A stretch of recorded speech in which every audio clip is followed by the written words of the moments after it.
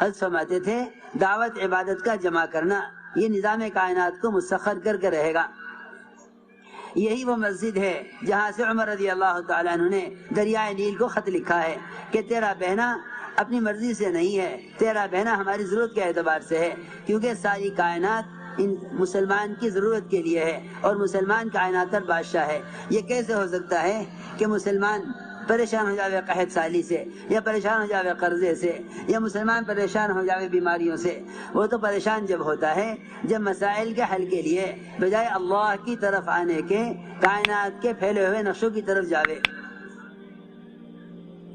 اس لیے ایک ایک چیز کو اٹھا کے دیکھ لو، دور صحابہ کی آگ نکلی، ایسی آگ جو سارے مدینے کو جلا کے خاک کر دیتی۔ عمر رضی اللہ تعالیٰ عنہ آگ کو دیکھتے ہی دوڑے مسجد کی طرف، ذمہ داری نماز پڑھ رہے تھے۔ تمیم اس آگ کو پہاڑ میں داخل کر کے آؤ۔ میرے دوستو عزیزو، آج بھی امت کی جتنے بھی مسائل ہیں، میں کیا بتاؤں حضرت کی بات۔ حضرت فرماتے تھے اللہ تعالیٰ تجھے حالات لائیں گے اس لیے کہ دیکھنا چاہتا ہے کہ تو اس حال کو لے کر میری طرف آتا ہے یا مادی شکلوں کی طرف جاتا ہے۔ مسلمانوں کا حال یہ ہے کہ جو بھی حال آتا ہے سوچتے ہیں کہ اس حال کا دنیا کے کس وزیر سے تعلق ہے، اس حال کا دنیا کے کس عہدیدار سے تعلق ہے، اس مقدمے کے لیے بڑا وکیل کون ہو سکتا ہے، بجائے اس کے کہ جیسے کوئی حال آئے فوراً مسجد میں آ جائے، اللہ تعالیٰ سے دعا مانگ لے، اے اللہ تو میرے اس حال کو بدل دے۔ اس زمانے مسلمان کا حال یہ ہے کہ اگر کوئی مشکل پیش آ جائے تو یہ اپنے مطالبات کو منوانے کے لیے بھوک ہڑتال کر کے وزراء کی کوٹھیوں پر جا کر پڑ جائیں گے، لیکن روزہ رکھ کر مسجد میں آ کر پڑھنے والے نہ ہوں گے۔ حضرت فرماتے تھے اگر ایمان ہوا دل میں ایمان ہوا تو یہ روزہ رکھ کر مسجد میں آ کر پڑھ جائیں گے، اے اللہ ہم تیرے گھر پر پڑے ہوئے ہیں، تیرے لیے بھوکے ہیں، تو ہمارا یہ کام کر دے۔ اس زمانے میں مسلمانوں کو اپنے مسائل کے حل کے لیے اجتماعی طور پر روزے رکھنے کا مزاج نہیں ہے۔ یوں کہ سمجھتے ہیں کہ یہ مسئلہ وزیر کے ہاتھ میں ہے، وزیر سے منواؤ گے تو مسئلہ حل ہو جائے گا، حالانکہ وزیر اللہ کے قبضے میں ہے۔ تم نے اگر حکم توڑ کے اللہ کو ناراض کر لیا تو اللہ وزیر کو تم سے ناراض کریں گے، وہ بھی مجبور ہو جائے گا تمہارے مسائل کے حل میں، وہ بھی یہ کہے گا کہ میں اس مسئلے مسلمان کی مدد نہیں کر سکتا، کیونکہ ہم نے مدد کرنے کے لیے مخلوق کا انتخاب کیا ہے۔ حضرت فرماتے تھے اللہ کی ذات عالی سے فائدے اٹھانے کے لیے کائنات کا یقین نکلنا شرط ہے۔ اس لیے میرے عزیز دوستو بزرگوں، سب سے پہلی بات یہ ہے کہ اپنے مسائل کے حل کا یقین اعمال مسجد سے رکھو۔ جب کوئی بات پیش آئے سیدھے مسجد چل کر آویں۔ حضور اکرم صلی اللہ علیہ وسلم نے امت کے مسائل کے حل کے لیے اور امت کی تربیت کے لیے امت کو اعمال مسجد سے جوڑا تھا۔ دیکھو حضور اکرم صلی اللہ علیہ وسلم نئے آنے والوں کو مسجد کے ماحول میں کیسے رکھتے تھے۔ اب اگر یوں کہا جائے کہ سہ روزہ لگا لو، 72 گھنٹے عمل کے ماحول میں گزریں، کبھی تعلیم میں، کبھی گشت میں، کبھی تہجد میں، کبھی ذکر و تلاوت میں، کبھی بیان سننے میں، کبھی خود دعوت دینے میں، تو یوں کہتے ہیں 72 گھنٹے لگانے کیا ضروری ہے؟ تبلیغ کو دین سیکھنے کا مدرسہ سمجھتے ہیں، کچھ سیکھ کر فارغ ہو جاتے ہیں، حالانکہ مہینے میں 3 دن عمل کے ماحول میں رہنا اس لیے ضروری تھا تاکہ دل کے اندر سے دنیا کے ماحول میں رہ کر جو کدورتیں اور جو دنیا کی ظلمتیں اور جو دنیا ہی کو سوچ کر دنیا کی ظلمتیں دل پر چھائے ہوئی ہیں، عمل کے ماحول میں رہ کر اس کو صاف کیا جائے۔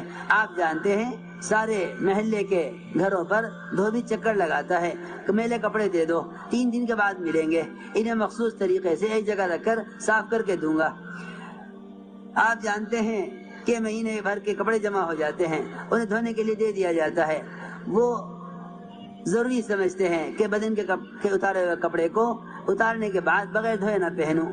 اپنے بدن کی صفائی کے لیے، اپنے دلوں کے جلا اور اپنے دلوں کی نورانیت کے لیے عمل کے ماحول میں رہنے کو ضروری نہیں سمجھتے۔ حضور اکرم صلی اللہ علیہ وسلم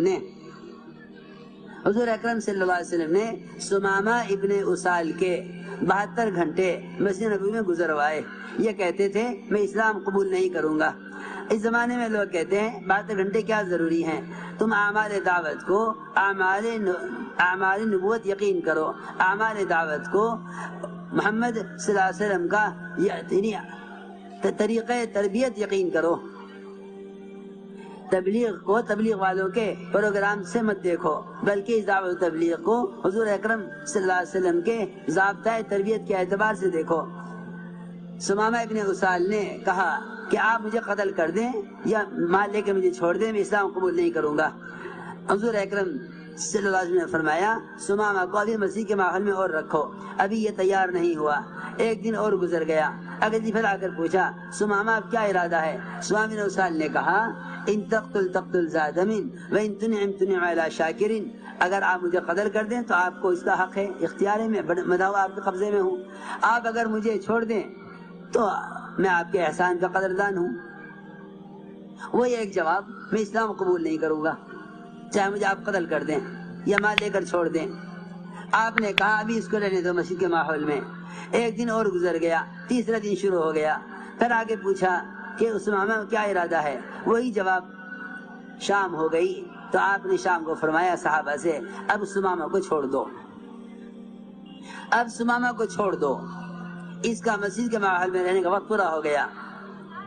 اللہ کی شان، جس ماحول میں رہ کر وہ اسلام سے انکار کر رہے تھے، یہاں سے نکلے، ایک باغ میں گئے اور جا کر غسل کیا، صاف کپڑے پہنے اور مسجد میں واپس آئے اور آ کر اسلام قبول کیا اور کلمہ شہادت پڑھ کر مسلمان ہوئے۔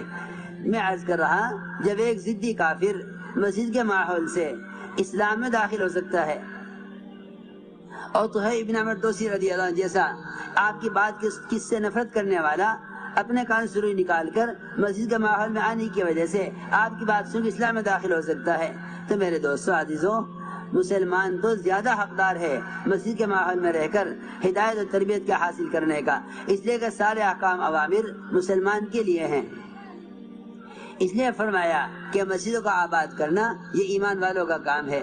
بس میں نے جتنی بات عرض کی ہے یہ ساری باتیں سمجھانے کے لیے عرض کی ہے کہ ایمان کی حقیقت اور اللہ کے وعدوں کا تاثر، اس کی وعیدوں کا خوف، یہ تو مسجد کے ماحول سے ملے گا۔ تربیت کا تعلق، مسائل کے حل کا تعلق اعمال مسجد سے ہے۔ اس لیے ہر گشت کرنے والا سب سے پہلے یہ طے کرے کہ میں خود ایمان سیکھنا چاہتا ہوں اور ایک ایک مسلمان کو ایمان سکھلانے کے لیے مسجد کے ماحول سے جوڑنا چاہتا ہوں۔ یہ صحابہ کے گشت کا موضوع ہے، یہ صحابہ کے گشت کا موضوع ہے، یہی ہمارے گشت کا بھی موضوع ہے۔